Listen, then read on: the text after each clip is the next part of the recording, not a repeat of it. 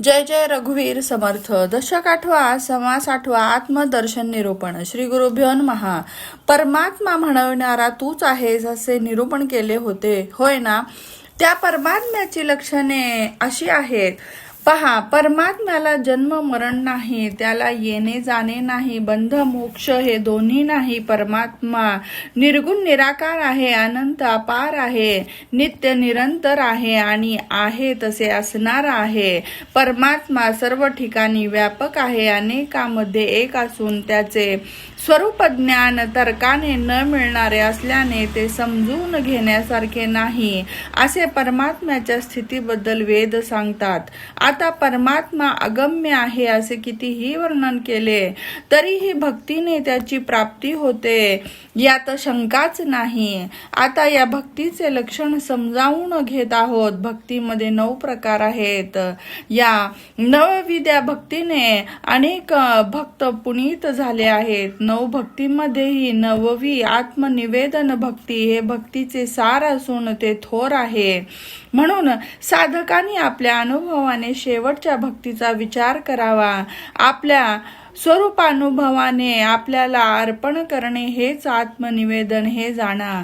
महापूजेच्या शेवटी देवाला आपले मस्तक अर्पण करतात. तद्वत आत्मनिवेदनाची ही उत्कट भक्ती आहे. आपापल्याला अर्पण करणारे भक्त अपरूप आहेत. परमात्मा त्यांना ताबडतोब मुक्ती देतो. यावर श्रोत्याचा प्रश्न, आपल्याला अर्पण करायचे म्हणजे कसे? त्यासाठी कोठे जाऊन पडावे? देवापुढे आपले शिर छाटून ठेवावे की काय? श्रोत्याचा हा प्रश्न ऐकून वक्ते सर्वज्ञपणे बोलू लागले. हे श्रोते हो, एकाग्रतेने लक्ष देऊन ऐका. आत्मनिवेदनाची रीत प्रथम मी कोण ही गोष्ट जाणून घेणे ही होय. त्यानंतर निर्गुण परमात्म्याला ओळखावे. देवाचा आणि भक्ताचा शोध घेतला की आत्मनिवेदन होऊन जाते असे जाणले तर भक्त हे सनातन देवच आहेत हे सिद्ध होते. हे नीट समजून घ्या. देवाला शोधायला जाऊन भक्तच देव होतो. मुळातच देव भक्त अशी भिन्नता नसते. विभक्त नाही म्हणूनच भक्त आणि बंधन नाही म्हणूनच मुक्त असे वाटते. शास्त्राधारे सांगितलेली ही गोष्ट किंचितही खोटी नाही, तर यथार्थ आहे. असो, सारांश, देव भक्ताचे मूळ स्वरूप पाहिले तर त्या दोघांमधील भिन्नताच निशेष होऊन जाते आणि दृश्य जगाहून वेगळा असलेला एक परमात्माच आहे ही गोष्ट सिद्ध होते. त्या एकमेव परमात्म्यामध्ये मिसळून गेले तर वेगळे राहणे शक्यच नाही. तेथे देव भक्त असा भेद नाहीसा होऊन जातो. असे आत्मनिवेदन साधून त्या योगे घडणाऱ्या एकतत्वाच्या भक्तीला सायुज्य भक्ती असे नाव आहे. हे सत्य सत्य आहे हे जाणा. संतांना शरण जाऊन अद्वैत निरूपणाचा बोध प्राप्त करून घेतलेल्या वेगळे केले तरीही परमात्म्यापासून वेगळे होऊ शकणार नाही. नदी एकदा समुद्राला मिळाली की तिला वेगळे कसे करणार? किंवा परीस स्पर्शाने लोखंडाचे सोने झाल्यानंतर पुन्हा ते काळे होईल काय? त्याचप्रमाणे भगवंतामध्ये मिसळून गेल्यानंतर त्याला वेगळे करणे शक्य नाही. तेव्हा भक्त विभक्तपणे राहिला नसून आपणच देव होतो. साधूजनामध्ये देव भक्त एकच हा विचार जे जाणतात तेच मोक्षदाता आहेत. असो, आता ही गोष्ट राहू दे. हे साधक हो, देवाला एकतत्वाने पहा म्हणजे देवाचे ऐश्वर्य आपल्यात लगेच उमटते. देहच होऊन राहाल तर देह दुःख भोगावे लागेल. देह विरहित झाला तर परब्रह्म पावाल. श्रोत्याने पुन्हा प्रश्न विचारला, देहातीत होऊन परब्रह्म कसे प्राप्त करून घ्यावे? आणि ऐश्वर्य येते असे म्हणालात तर ते कोणते हे समजावून सांगा. श्रोत्यांनी असा प्रश्न केल्यावर वक्त्याकडून कोणते महत्वाचे उत्तर आले? त्याचेच निरूपण करीत आहोत. जागृत होऊन ऐका. परब्रह्म वस्तू देहातीत असून तूच ते आहेस बाबा.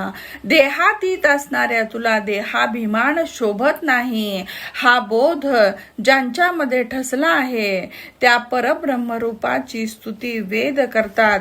शास्त्रांना त्याचा अंत लागत नाही. आता ऐश्वर्य म्हणताना ते देह हे बुद्धी सोडल्यानंतरच येते.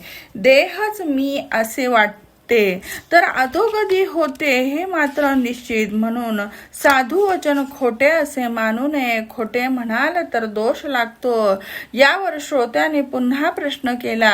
हे गुरु महाराज, अविश्वास न बाळगता चांगल्या श्रद्धेने ग्रहण करावे असे म्हणालात. ते साधू वाक्य कोणते तेही सांगून टाका. यावर वक्ता म्हणाले, सोहम आत्मा स्वानंद घन, अर्थात जन्मरहित परमात्माच तू आहेस असे सांगणे हेच साधू वचन आहे. हे ठामपणे पकडून ठेवावे. वेदाच्या महावाक्याचे रहस्य केव्हाही झाले तरी तूच ब्रह्म आहेस हेच आहे. अशा सारभूत वचनाचा विसरच पडू देऊ नये.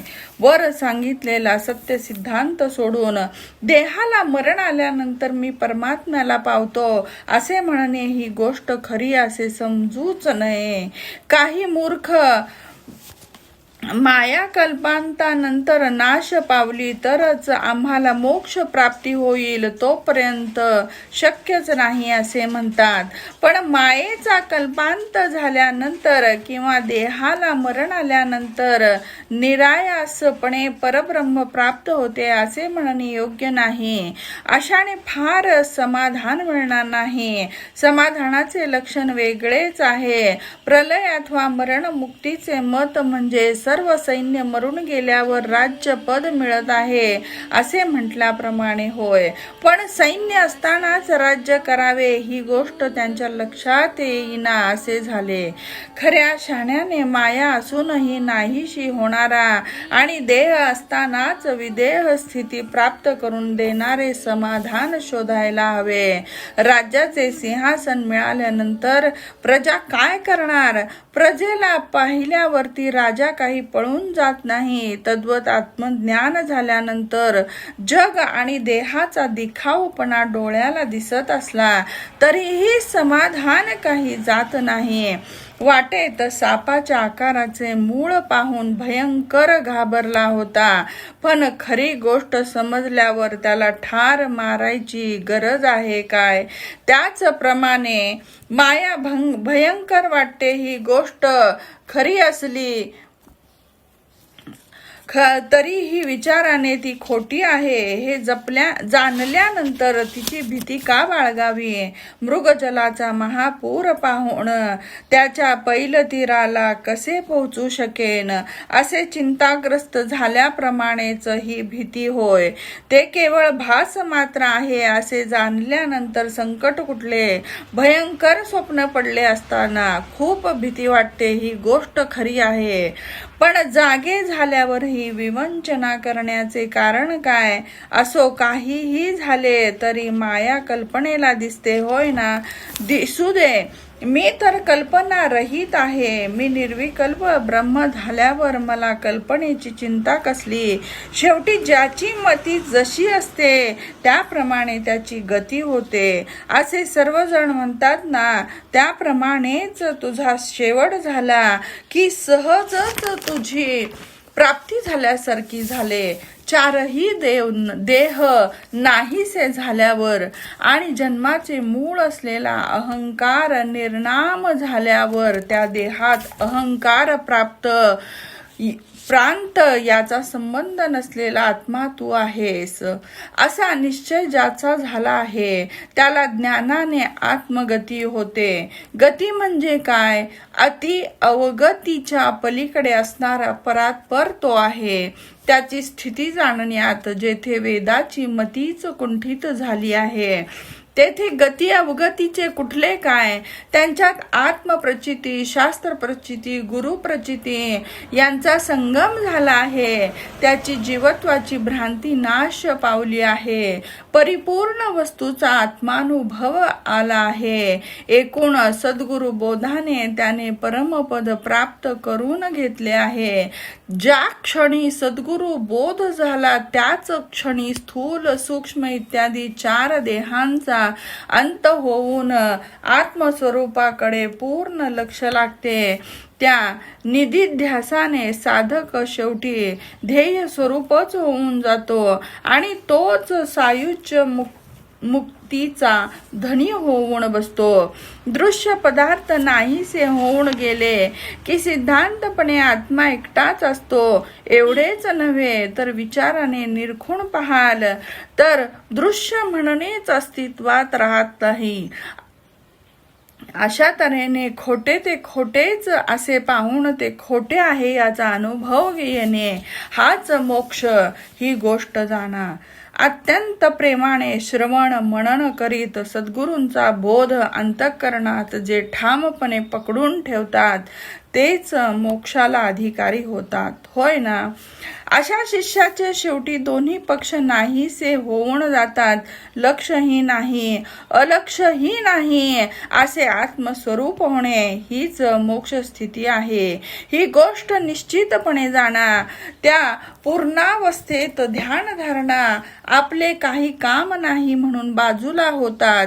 कल्पना निर्विकल्पामध्ये मिसळून जाते आणि केवळ ज्ञप्ती मात्र असणारे सूक्ष्म ब्रह्म एकच उरते. अशा शिष्याचे संसार रूपी मृगजळ सुकून जाऊन खोटेच असलेले बंधन तुटते.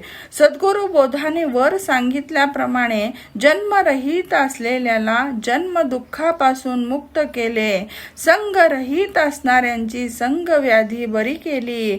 देह विरहितांची देहबुद्धी नाहीशी केली आणि निरुपाधिकांची उपाधी नाहीशी केली. अद्वैत असणाऱ्यांचे द्वैत नाहीसे केले. एकांताला एकांत स्थिती प्राप्त करून दिली आणि अनंताला अनंताचा अंत दाखवून दिला. जागा असणाऱ्याला उठवले, उठवलेल्याला जागृत केले. बोध स्वरूपाला आत्मज्ञानाचा उपदेश केला. अमृताला अमर केले. मोक्षाला मुक्तीचे स्थान दाखवून दिले. संयोगाला सतत योग मिळवून दिला. निर्गुणालाच निर्गुण केले. सार्थक्याचे सार्थक केले. असा चमत्कार होऊन बऱ्याच वेळेनंतर आपलीच आपल्याशी भेट झाली. मध्ये आलेला खोटा द्वैताचा पडदा फाटून अभेद ज्ञानाने भेद नाहीसा झाला आणि पंचभूतांची पीडा निघून गेली. आता साधन सफल होऊन निश्चलालाच निश्चित केले. विवेकाने निर्मलाचा मल धुवून गेला. आपल्या जवळ असणारा निधीच गमावल्यासारखे झाले होते. ते आपल्या आपल्यातच मिळाले. झालं आपणच हरवला होता. आता आपली आपल्यालाच भेट होताच जन्म दुःख नाहीसे झाले. एक ब्राह्मण दुःस्वप्नात महार होऊन दुःखी झाला होता. आता जागा होऊन आपणच आपल्याला मिळाला. वर नमूद केलेले पूर्ण ज्ञान प्राप्त झालेल्या पुरुषांच्या लक्षणांचे पुढील समासात निरूपण करीत आहोत. इथे श्रीदासबोधे गुरुशिष्य संवादे अष्टम दशके आत्मदर्शन निरूपणम नाम अष्टमः समासः समाप्तः. जय जय रघुवीर समर्थ.